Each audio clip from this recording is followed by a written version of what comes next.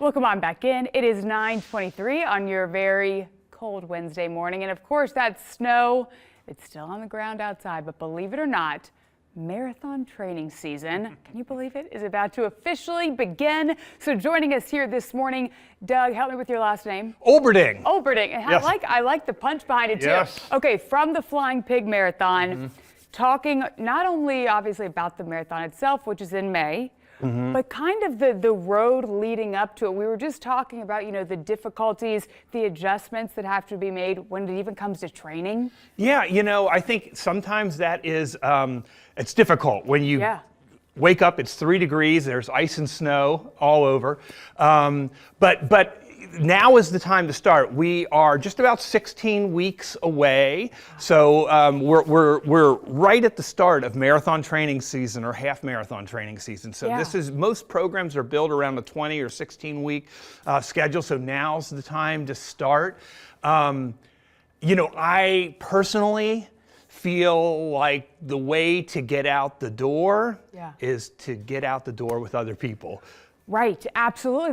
They talk about the benefits of that. The fact that you're going to be more motivated, likely more, kind of likely to follow a routine. Right. Perhaps, and really push yourself. Well, I think, so if it's cold, 3 degrees this morning, if I was going to get up and look out the window and say, am I going to go out there and do that? Right. I might not. But if I know that there's 2 or 3 people waiting on the corner for me to get up there, that's what gets you out the door. And so we've actually studied this, and we found that whole social aspect of running is a big part of the motivation and behavior behind all these training groups. Sure. If you drive through neighborhoods in Cincinnati right now on a Saturday or Sunday morning, you're going to see groups of people, not just one person, but groups of 5, 6, 20.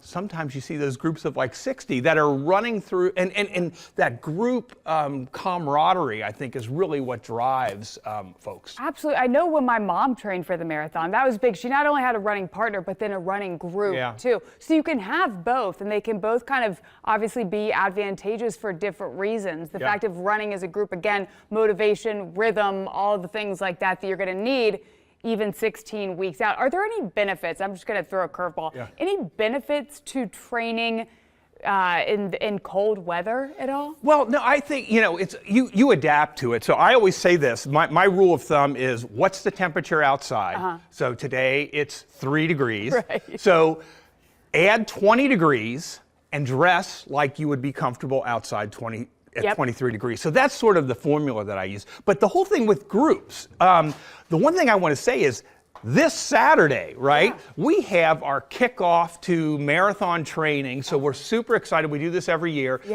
It's going to be out at the MedPace campus. It's a supported training run. So come out to MedPace and the Element Eatery out there. We're going to be outside. We've got 3 routes, a 5K, a 10K, and a 9-mile route. Afterwards, we're going to have a gathering. We'll be able to be inside, and there'll be food, and it's going to be wonderful. So what a perfect way and to kick things you'll off. have people to run with, right? Yes, exactly. Well, and again, it kind of comes literally full circle. Then you're all back around, no matter which route you took, you're still kind of all in it together. One more time, when and where? That is this Saturday at Element Eatery on the MedPace campus. That's out on Red Bank Road, Madison and Red Bank.